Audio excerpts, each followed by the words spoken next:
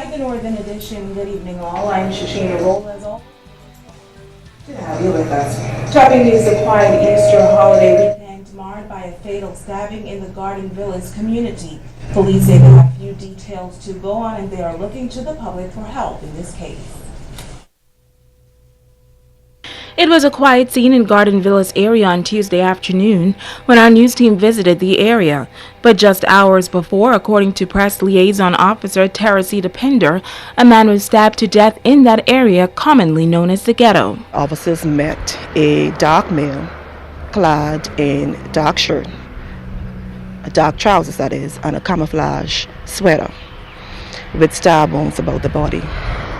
Pinder says when police officers arrived on the scene, a number of witnesses were still present, witnesses who were tight-lipped on the incident. When officers arrived to the scene, they met a small amount of persons gathered at the area where the young man laid. At this time, we are still gathering as much information as possible, but we are still appealing to the general public for anybody with any information that can assist us with this investigation of this matter. The press liaison officer says at this point it is unclear whether this latest fatal stabbing incident took place inside or outside the building. We have no idea as to who it is as yet. Information is still sketchy. We're still trying to gather as much information as possible. But the young man is believed to be in his 20s, maybe. Dark male. That's as much as we know as right now. But she says to bring this matter to a close, the public must intervene. She stresses that any and all information will be kept in the strictest confidence. When we have matters of this magnitude, officers rely on intelligence gathering, where we seek the public's assistance in giving us information. No matter how minute or small the information may be, that may be the lead that we need to solve this matter. In Freeport, Bahama, I can assure you that when the public gives us information, it is kept confidential. And I think that's one of the reasons why we are so successful in our solvency rate, because the mere fact that we work hand in hand with the public, with the Grand Bahama community, and confidentiality is established. Still on news from the crime beat, police are searching for two suspects who they want to question for robbery with violence. A man reported that while in the Freeport area around 9 p.m. on Sunday, he was attacked by two males. The attackers, described as slim-built, reportedly beat him up about the body before robbing him of cash. Police are investigating. And in the meantime, police officials are also investigating human skeletal remains that were found in the Xanadu Beach area. Inspector Teresita Pinder spoke to our news team about this startling discovery. On Thursday, the 2nd of April, shortly after 1 p.m., police were called to the Xanadu Beach area where human skeletal remains were found. At this time, police has no more information to give the public on that as yet, because as you know, with skeletal remains, we need a pathologist report to say to us certain things before we could go further investigation into that matter. Pinder says a pathology report will give police a better understanding on the specifics of the remains. At this time, we're waiting for the pathologist report as to if it's a male or female and the exact cause of death as to that situation. What about persons who may have someone missing? Would they need to call police at this time or not yet? At this time, we need to wait for the pathologist report to confirm, to at least shorten the gap as to if it's a male or female and the age bracket the male or female may be in. And then from there, we'll be able to go from there. But at this time, we are not sure as yet until we have the pathologist report to confirm certain things. Now, while police try to establish the identity of the remains found on the beach, the search continues for a young man who hasn't been seen for more than 2 weeks. 25-year-old Gianni Antonio Demerit of South Bahama was last seen in the area of Bremer Drive on Saturday, March 21st. At that time, he was wearing brown short jersey pants. Demerit is described as 6 feet 1 inch tall, about 150 pounds, slim-built, dark complexion, and a low haircut. If you can help police locate Gianni Antonio Demerit, you should contact 350-3107 or 8-911-919 or your nearest police station. Switching gears now, City of Freeport Local Government Council investing in the development of a park for one of the newest subdivisions in the city. This project is just one of many to be undertaken ahead of the busy summer period. Before the start of summer, the empty lot in the Sunrise subdivision will be transformed into a community park for residents in the area. Chief Councilor Shavita Campbell says it is the first tenure that they have awarded for the development of parks. It's a great day for us and the residents in Sunrise subdivision that we are able to bring them a park that's long awaited for. We are glad to say that today we are signing a contract for the development of this park area. Along with that, we also have persons who will be constructing bus shelters within East Grand Bahama. We are here being sensitive and responsive to the needs of the people, and we are here to continue to serve the people.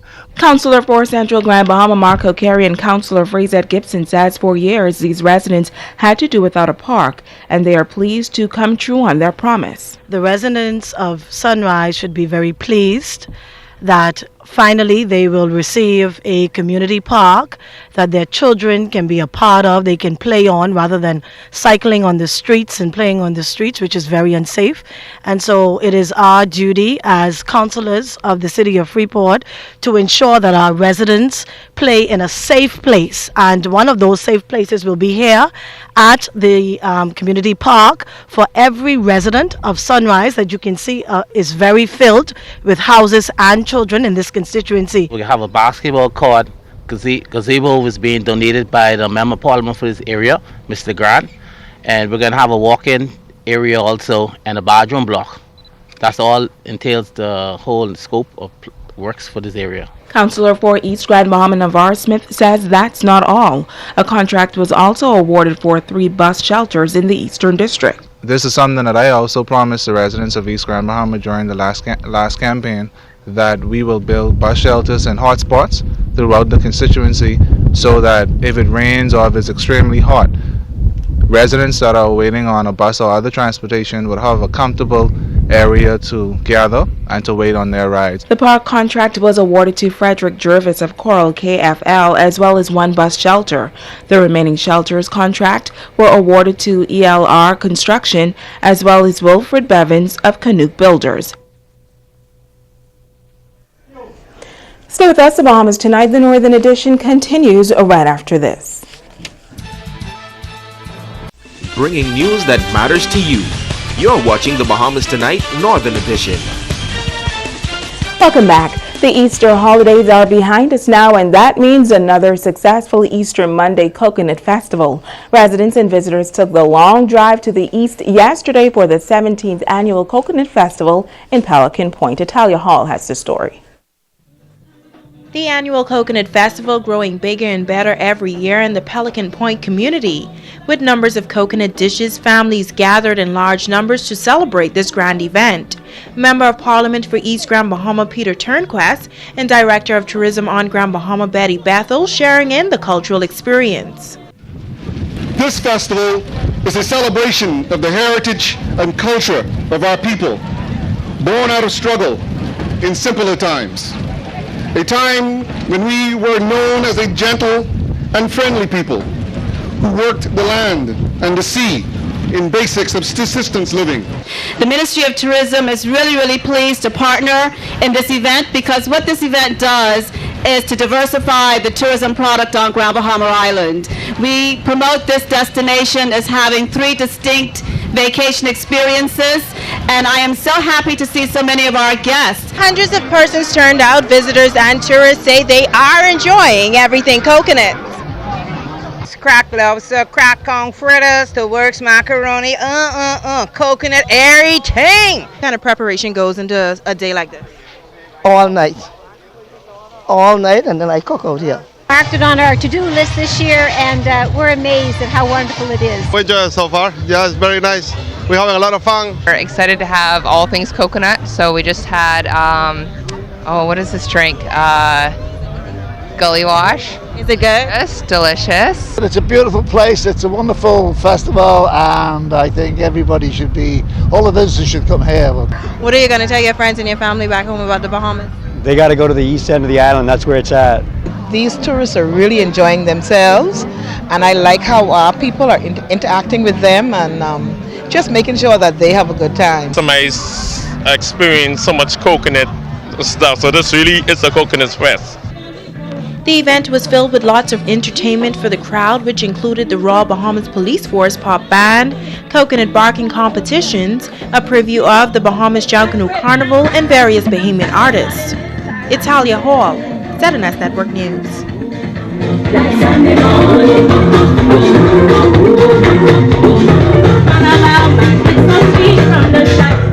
Thanks, Italia. Well, he is a friend of education, and over the years, he has been giving to the various schools on the island. 3 primary schools are the latest to benefit from his goodwill gesture. Megan Shepard has this story. Joe Kohler making an annual donation to 3 schools on Grand Bahama, East End Preschool, Lewis Yard Primary, and the Beacon School. Kohler says he is simply the face of a group of persons who fell in love with Grand Bahama.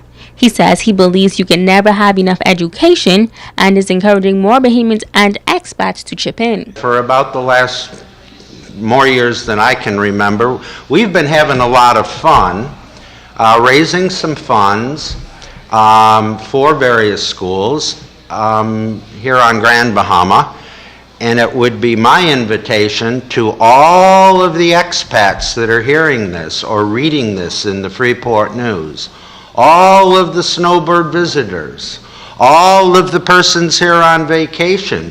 You can go back to Chicago or Buffalo or Cleveland or Michigan, and you can adopt a school. It's easy and it's fun. Principals from the various schools say they are very grateful for the generosity of the group, and they plan to put the funds toward the advancement of various programs at the institutions. He has donated both his time and monetary efforts to Eastern Preschool for the past 3 years, and it's greatly noted and appreciated.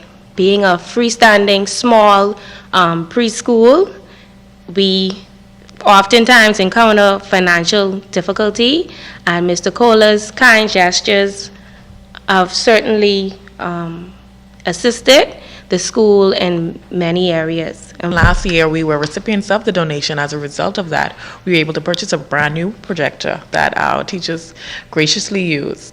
One of my vision for our school is that we would be tech savvy. So presently, we have about half of the school that has projectors, and we'd like to be fully functioning with projectors in every classroom because we want to provide 21st century education for our students. Ricardo Ellis from Lewis Yard Primary and Barry Wilshcombe from the Beacon School. Great, and I would like to thank Mr. Kohler for donating these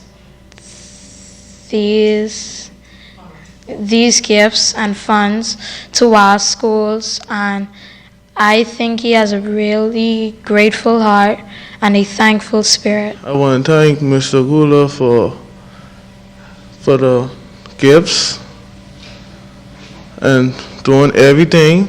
I want to thank him for that. Megan Shepard, ZNS Network News.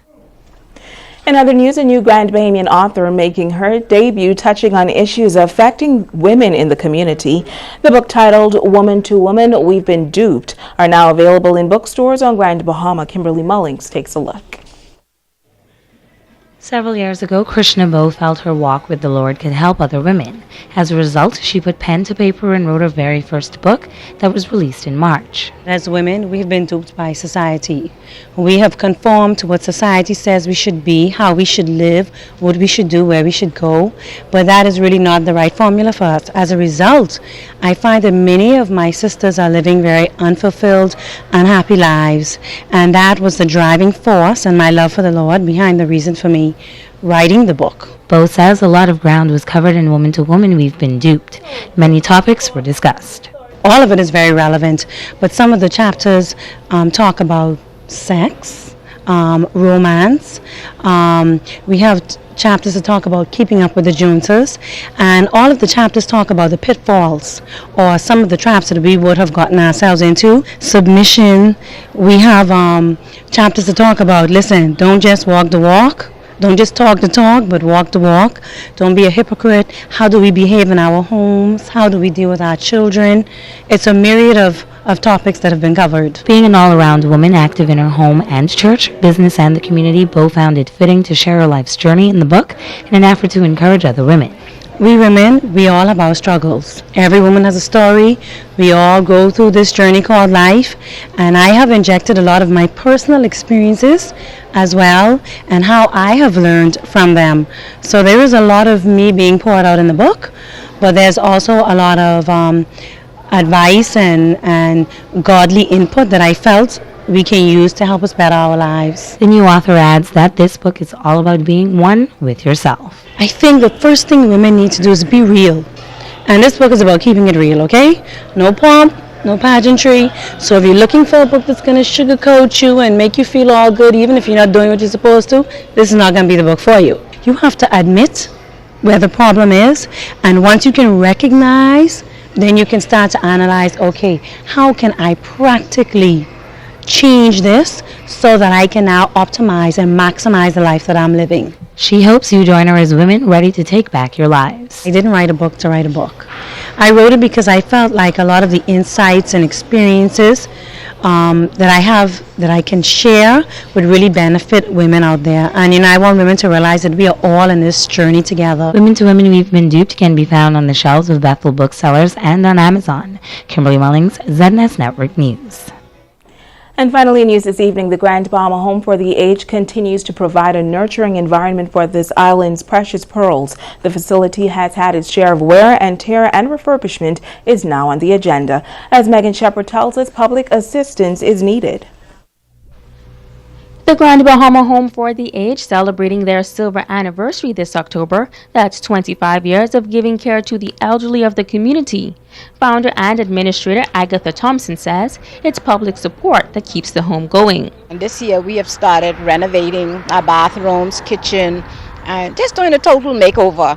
And the buildings were not purposely designed. So after we started renovating, we ran into a whole lot of problems that we didn't even know existed. So it's really costly, and we're trying to raise $25,000 this year. So we have several functions planned throughout the year, and the community has been very, very supportive. Thompson adds that while the elderly care has been around for 25 years, the daycare has actually been around for 40 years and now takes care of third-generation babies. I know 25 years doesn't sound like a long time, but whenever I go through our archives, our photos, and Freeport News and ZNS, even, I always get the clipping from you all, I sort of get so emotional because it's just so many lives that we have touched. I can't put a figure on it, and there's so many prominent persons in the community who have had relatives that passed through, so we're asking them as well to come in and lend a hand and give back to the home.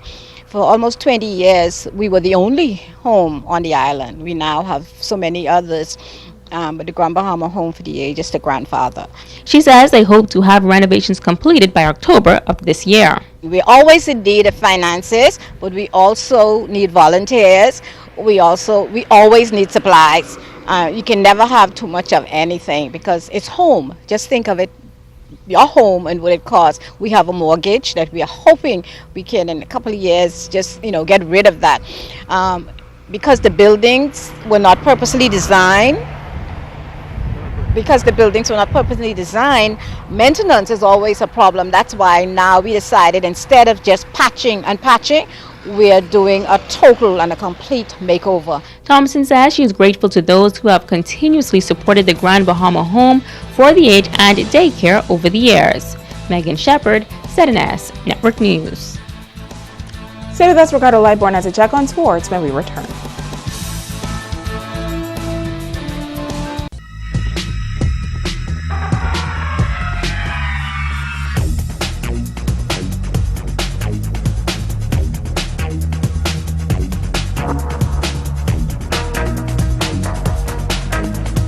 Hey everybody, and welcome to Sports with Ricardo Lightborn. Coming off a great weekend, and my staff will never do that again. The Grand Key Homecoming 11th Big Daddy Memorial Fishing Tournament was a blast. Good food, good weather, and some good fishing. Grand Key Abaco is a quaint little island most of the year, except for the Easter holiday weekend, and that's homecoming time, and this year was off the chart.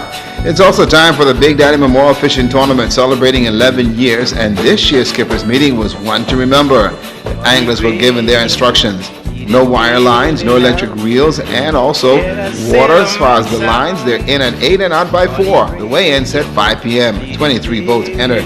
The anglers Saturday morning got off to a pretty good start in perfect conditions for fishing on the water in quest of that big one. So let's go and see what some of the anglers are doing. If you wanna go to heaven, put the radar on your head. That's the sailor man sound. Give it boom, give it boom. After a full day of fishing, the weigh-in and was eye-catching, and talk about smack. Well, all eyes on me. Went on the scale and confident. They weighed a 28-pound grouper, a 1.92-pound yellowtail, mutton snapper that weighed in at 10.36 pounds. The jack tipped the scale at 14.7, a 21-pound barracuda and all of its teeth. The mackerel weighed in at 13.3, and that's good enough for the tournament. For Herman Major and his crew, they were elated. Captain said he fished from 8 to 1, and then after that, it was over. We came to Grand Key, first year, they win. We came out fighting hard. We came back home around but 2 o'clock for lunch. Tournament director Stephen Russell said it was a wonderful tournament, and for the residents and visitors, this one was special. We had good weather for the first time in a very long time. But we had additional boats, more boats. But you know, the tournament is happens to be growing every year. Thanks to the Flanagans that they promote the tournament real well back in the States. So a lot of the boats from the States comes over. Actually, we had more, but twice as much boats as we had Bahamian boats this year. So that's always a plus for us. The Big Daddy Fishing Tournament was one to remember, and the bottom line is, many got away. This is showing where the stars above. And the Gateway Eagles Basketball Classic will start tomorrow, folks, in Bimini at the Gateway Arena. Megan Shepard has this one covered.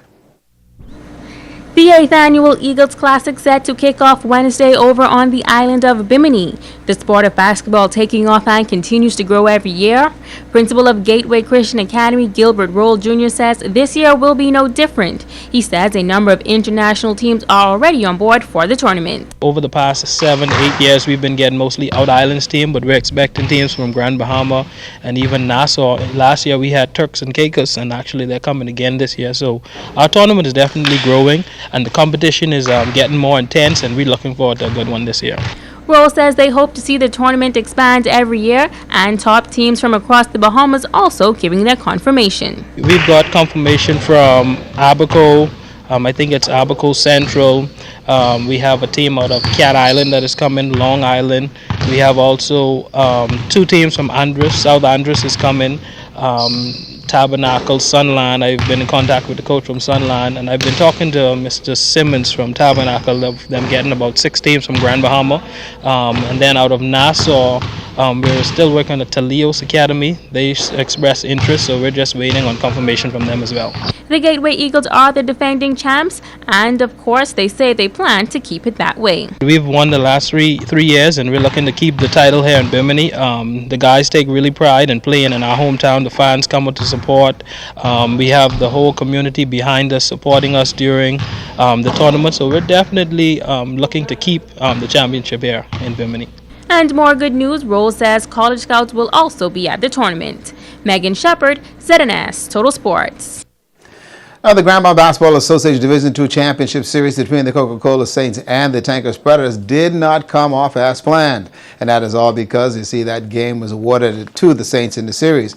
Now, also, the Lady Series, the Lady Flames won by default because the Lady Predators refused to play.